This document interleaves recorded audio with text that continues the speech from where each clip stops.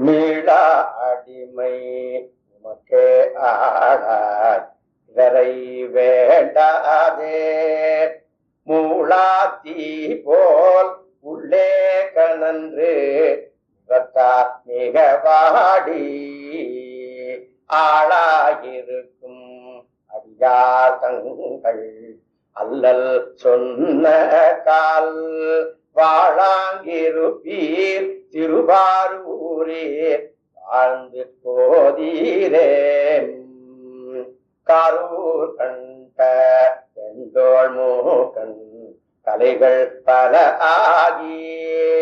ஆரூர் திருமூல காலத்தே அடிப்பேராரூரன் பாரூரறிய என் கண் கொண்டே நீரே பழிப்பட்டீர் வாரூர் மூலையாள் பாகம் கொண்டீர் வாழ்ந்து போதீரே